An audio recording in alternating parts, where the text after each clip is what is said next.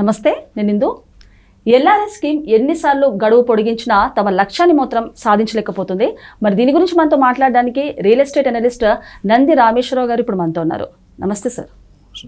Sir, మరి ఇప్పుడు చూసుకుంటే ఎల్ఆర్ఎస్ స్కీమ్ ఎన్నిసార్లు గడువు పొడిగించినా కూడా అనుకున్న లక్ష్యాన్ని అయితే సాధించలేకపోతుంది. సో ఏమంటారు సార్ దీని గురించి? రేవంత్ రెడ్డి గారితో మాట్లాడి నాకు పొజిషన్ ఇప్పాను డిపార్ట్మెంట్లో. అక్కడ ఏం డిస్కస్ చేసి ఆలోచించి మీకు చెప్తాను. ఈ గవర్నమెంట్ క్వశ్చన్ అని అంటే ఎట్లా మనం ఇప్పుడు ఎల్ఆర్ఎస్ అనేది చాలా మంచి ఉద్దేశం, రెగ్యులరైజేషన్ స్కీమ్ అది లేఅవుట్. సో నాకు తెలిసి కేసీఆర్ గారు హామీలో 21-22లో రిలీజ్ చేశారు. ఎల్ఆర్ఎస్ అంటే పెనాల్టీ కట్టాలి, మనం రెగ్యులరైజ్ చేసుకుంటాం. 25 లక్షల దాకా అప్లికేషన్ వచ్చినట్టు నాకు బండుగా గుర్తుంది. అందులో ఒక 7 lakhs or 6 lakhs రిజెక్టెడ్ అయిపోయి, అంటే కరెక్ట్గా ఫాలో కాలేదు పాయింట్, రిజెక్టెడ్. 19 lakhs పెండింగ్లో ఉన్నాయి. సో దానికి పబ్లిక్ ఏమంటారంటే, కాంగ్రెస్ గవర్నమెంట్లో రాకముందు మీ గవర్నమెంట్లోకి వస్తే ఎల్ఆర్ఎస్ ఫ్రీగా చేస్తామన్నారు, కానీ ఇప్పుడు ఛార్జ్ చేస్తున్నారు, వీఆర్ నాట్ హ్యాపీ అనేది ఒకటి చెప్పారు. రెండోది, అవేర్నెస్ లేదు జనాల్లో. ఎల్ఆర్ఎస్ ఏంటి, ఎందుకు కావాలి, ఎల్ఆర్ఎస్ ఉంటే ఇల్లు కట్టుకోలేము, ఎల్ఆర్ఎస్ లేదు ఇల్లు కట్టుకోలేము, అది చాలా మందికి అవేర్నెస్ లేదు. బిల్డర్స్ ఏదో చెప్పి అమ్మేస్తుంటారు. చాలా మంది మీకు తెలుసు మార్కెట్లో జీపీ ప్లాట్, గ్రామ పంచాయతీ ప్లాట్ని రెసిడెన్షియల్ ప్లాట్ కింద అనుకుని కొనేసుకుంటారు. జీపీ ప్లాట్లో మీరు కట్టుకోలేరు. అంటే ఇప్పుడు 111 జీవోను లేకపోతే బఫర్ జోన్, ఎఫ్టీఎల్ అట్లా మనం కన్స్ట్రక్షన్ చేయడానికి conservation zone, bio conservation zone, forest zone ఇట్లా మనం కట్టుకోకూడదు. ఓ 5 to 10% టెంపరీ కన్స్ట్రక్షన్ చేయాలి. So R1, R2, R3, R4 అనేది రెసిడెన్షియల్ ఇల్లు కట్టుకోవడానికి ప్లాట్స్. గ్రామ పంచాయతీ అనేది జస్ట్ ఫామ్ ల్యాండ్. సో అది గుంటాస్లో అమ్ముతారు, ఇది గజాల్లో అమ్ముతారు, జనాలకు తెలియదు. Some small time builders, middle class builders, they take an advantage. ఇక్కడ ఏమవుతుందంటే నాకు తెలిసి కలెక్షన్ వాళ్ళు 10,000 కోట్లు టార్గెట్ చేశారు. 10,000 కోట్లు నాకు తెలిసి ఇప్పటి వరకు 1950 కోట్లు ఎంతో 1900 కోట్లు కలెక్ట్ చేశారు. అంటే నాట్ ఈవెన్ 20%, క్లోజ్ టు 20%, ఇంకా 80% కలెక్ట్. ఎందుకంటే పీపుల్ ఆర్ నౌ ఎల్ఆర్ఎస్ 1, 2, 3 సార్లు కదులుతూనే ఉంది, ఆగుతూనే ఉంది, కదులుతూనే ఉంది. Because there is lot of technical issues. డబ్బులు కట్టడానికి జనాలు వెనక్కి ఉన్నారు. ప్రాపర్టీ ట్యాక్స్ పెట్టండి, టక్ 1 year ముందు కట్టేస్తున్నారు, 5% డిస్కౌంట్ వస్తుంది, తెలిసే ఉంటుంది. ఇక్కడ డబ్బులకి అంటే ఇష్యూ ఆ ఫార్మాట్, ఆ submission, legal technical problems, enter కాకపోవడం, అప్లోడ్ కాకపోవడం, MBA ఎక్కువ అని చాలా రకరకాలు ఉన్నాయి. అది క్లారిటీ చేయాలి. ఎందుకంటే బీ సింపుల్, బీ శాంపుల్. మీకు అర్థమైందా?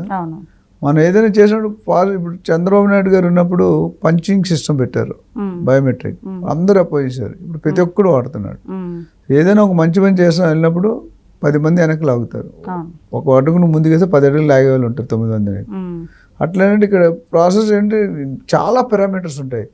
ల్యాండ్లో చాలా రకాలు ఉంటాయి. తాతది, ముత్తాతది, చచ్చిపోయాడు, ఉన్నాడు, మ్యూటేషన్, లింక్, 101 ఇష్యూస్, పహాని, కాస్రా అవన్నీ. సో ఇవన్నీ సెట్ చేయడానికి టైం పడుతుంది. ఇప్పుడు ధర్నీలో కూడా అదే ప్రాబ్లం వచ్చింది. దానివల్ల గవర్నమెంట్ కూడా ఇబ్బంది అయింది. ఇప్పుడు ధర్నీనే భూభారతి అని మార్చి మనం లాంచ్ చేశారు. ఆ మీటింగ్ రియల్ ఎస్టేట్ సమిట్లో నేను కూడా నవీన్ మిట్టల్ గారు ప్రెజెంటేషన్ ఇచ్చారు, IAS officer. So what I'm saying ఇది, ఎల్ఆర్ఎస్ అనేది మంచిదే, బట్ అనుకున్న రీతిలో జరగట్లేదు. దానికి అనేకమైన కారణాలు ఉన్నాయి, అనేకమైన వైఫల్యాలు ఉన్నాయి. అంటే సిస్టమ్ ఈజ్ నాట్ ప్రూవెన్. కొద్దిగా టెక్నికల్ ఇష్యూస్ ఫేస్ చేస్తున్నారు చాలా మంది. మాకు ఏజెంట్స్ ఉంటేనే చేయగలుగుతాం, లేదా మనంతా మనం ఇప్పుడు ఆన్లైన్, ఇప్పుడు IT రిటర్న్స్ కూడా మీరు ఆన్లైన్ చేసుకోవచ్చు. LIC ప్రీమియం కూడా మీరు ఆన్లైన్ మీరు వెళ్ళక్కర్లేదు ఆఫీస్కి. అంతమంది మీ సేవ మా సేవకి లైన్లు కట్టాను. ఇప్పుడు అదేం లేదు. ఎవ్రీథింగ్ సోషల్ మీడియా వచ్చాక మేము చదువుకునేప్పుడు పేజర్ అని ఒక ఐటెం ఉంటుంది. పేజర్ అది మాట్లాడడానికి మెసేజ్ వస్తుంది, ప్లీజ్ కాల్ అని నెంబరు. ఆ టెలిఫోన్ లోకల్ బూత్కి వెళ్ళి ₹3, ₹2 కాల్ చేసేవాళ్ళం. ఆ స్టేజ్లో మేము బిజినెస్ మొదలు పెట్టాం. ఇప్పుడు మీకు అన్ని హైలైట్ కాళ్ళ దగ్గరికి వస్తున్నాయి. ఒక ట్రిక్తో మొత్తం ప్రపంచానికి వెళ్ళిపోతాం మీ మెసేజ్.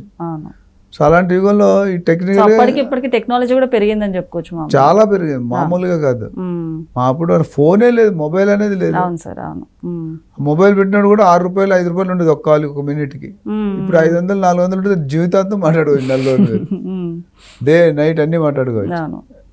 సో ఇక్కడ ఏంటంటే ఎల్ఆర్ఎస్ గుడ్ ఇంటెన్షన్, బట్ దాన్ని కొద్దిగా మాడిఫై చేసి రెక్టిఫై చేయాల్సిన అవసరం ఎంతైనా ఉంది. ప్లస్ పబ్లిక్లో ఎస్పెషల్లీ విలేజెస్లో అవేర్నెస్ లేదండి. ఎల్ఆర్ఎస్ ఎందుకు, వై ఎల్ఆర్ఎస్. ఎందుకు కట్టాలి, కట్టితే వచ్చే లాభం ఏంటి, కట్టకపోతే వచ్చే నష్టం ఏంటి అనేది హైలైట్ చేస్తే ఇది కలెక్షన్ 10,000 11,000 crores కూడా రావచ్చు.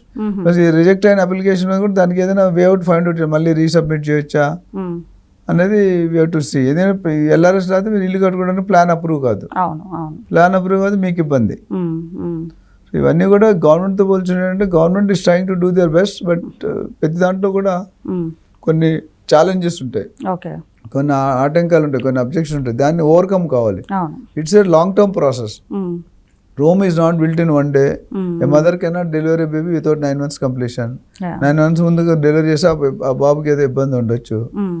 సో ఏదో సామెత ఉంది, జరిగితే జల్లులతో నీళ్ళు మోయచ్చు, కలిసి వచ్చే కాలం వస్తే నడిచి వచ్చే కొడుకు పుడతాడు. అవి ఎంతవరకు కరెక్టో మనకు తెలియదు. బట్ ఇక్కడ ఏమవుతుందంటే they trying to improve upon the system further and further. So ఈ ప్రాసెస్లో వచ్చిన ఆటంకాలకి సో ఇప్పుడు మనం వాడితే కదా తెలిసేది, ఇప్పుడు గోతులో దిగితే కదా గొయ్యిలో తెలిసేది. బయట నువ్వు చెప్తే తప్పు చెప్తావు, గోతులు అయితే 2 అడుగులు ఉంది 3 అడుగులు మెజర్ చేసి చెప్తారు.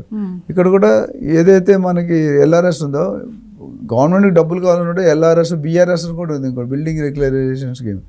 డబ్బులు కావాల్సినప్పుడు వేస్తారు, రెగ్యులర్గా పెట్టుకోవడానికి ఉంటుంది. పలానా డేట్ ఇచ్చి 1 నెల 2 నెలలు ఇచ్చి జనరల్గా టైం ఇచ్చి అప్లై చేసి దాన్ని స్క్రూటినీ చేసి అప్పుడు మొదలు పెట్టారు, ఆపేశారు. ఎందుకు ఆపేశారు మనకు తెలియదు రీజన్. ఇప్పుడు మొదలు పెట్టారు, స్పీడ్గా జరగట్లేదు. 20% కూడా కలెక్షన్ అంటే గవర్నమెంట్కి డబ్బులు కావాలి కదా. 7 లక్షల కోట్లు అప్పు ఉంది తెలంగాణ గవర్నమెంట్, ఎక్కడ తెస్తారు డబ్బులు? సో సిస్టమ్ అనేది కొద్దిగా మోడిఫై చేసి రెక్టిఫై చేస్తే డెఫినెట్లీ ఒకటి నా పర్సనల్ ఒపీనియన్ అవేర్నెస్ ఉండాలి. తర్వాత ఫీజులు కూడా కొంతమంది maybe have a problem. Free అనేది ఇప్పుడు 25% డిస్కౌంట్ ఇచ్చారు, అప్పటికి మేబీ 50% ఇస్తే ఎక్కువ రావచ్చేమో మనకు తెలియదు. So as a state leader ఒక సీఎం గారు ఉన్నారంటే పబ్లిక్ దృష్టిలో పెట్టుకుని ఏదైనా డెసిషన్ తీసుకుంటారు, తీసుకోవాలి కూడా. ఆ పబ్లిక్ ఒకసారి యాక్సెప్ట్ చేస్తుంది, ఒకసారి రిజెక్ట్ చేస్తుంది. We don't know. సో అన్ని వేళ్ళు ఫేవర్గా చేయలేరు, అన్ని వేలు అపోజిషన్ చేయలేరు. సో ఓవరాల్గా చూసుకుంటే LRS is good, lot of people will get relieved. అదొక టెన్షన్ అయిపోయింది. బిల్డర్స్ కానీ, ఇండివిజువల్ ఫార్మర్స్ కానీ, ఇన్వెస్టర్స్ కానీ, బయర్స్ కానీ. బయర్స్ మనకు ఆల్ ఓవర్ వరల్డ్ ఉన్నారు, హైదరాబాద్ కాదు కదా, మొత్తం ప్రపంచం మొత్తంలో మన బయర్.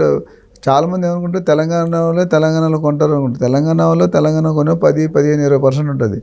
మిగతా 20-30% అనేది రెస్ట్ ఆఫ్ ఇండియా ఉంది. ఇంకా 40-50% అనేది రెస్ట్ ఆఫ్ వరల్డ్ ఉంది. America, UK, Australia, Saudi, middle east, Singapore, Malaysia, Dubai ఇవన్నీ కూడా మన దగ్గర కొంటున్నారు. సో ఓనర్స్ ఇక్కడ లేరు, ఎక్కడెక్కడో ఉంటారు. వాళ్ళు రావాలి, సెలవు పెట్టు. ఇవి కట్టేదానికంటే అదే తెలుగులో సామెత ఉంది, బెల్ల దొరికిందని రిక్షా కొనుక్కున్నాడు అంటాడు. బెల్ల కాస్ట్కి రిక్షా చాలా తేడా ఉంటుంది. అట్లా ఇక్కడ 3 లక్షలు కట్టాలి, 3 లక్షలు ఖర్చు పెట్టుకుని ఇక్కడ 30,000 50,000 అయితే పెనాల్టీ వేస్తారు. అక్కడ 3 లక్షలు ఖర్చు పెట్టుకుని రావాలి. ఇస్ ఇట్ రియల్లీ పాసిబుల్ అనేది you have to see. Okay sir, thank you sir.